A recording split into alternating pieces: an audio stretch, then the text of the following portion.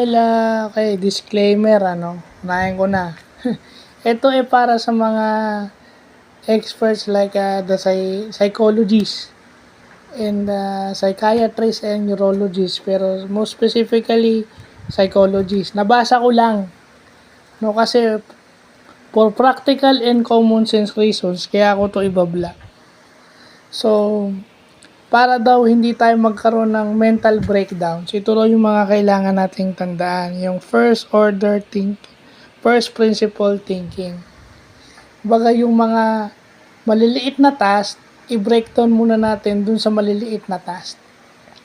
Let's break down a big task into smaller ones. So, first principle thinking.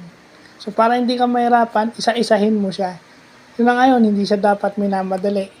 Second order thinking is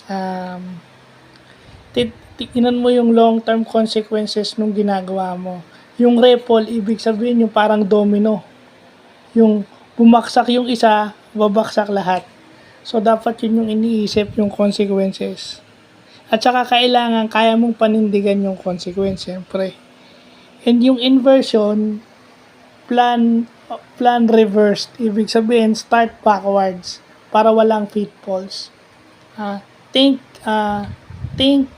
with the end goal in mind.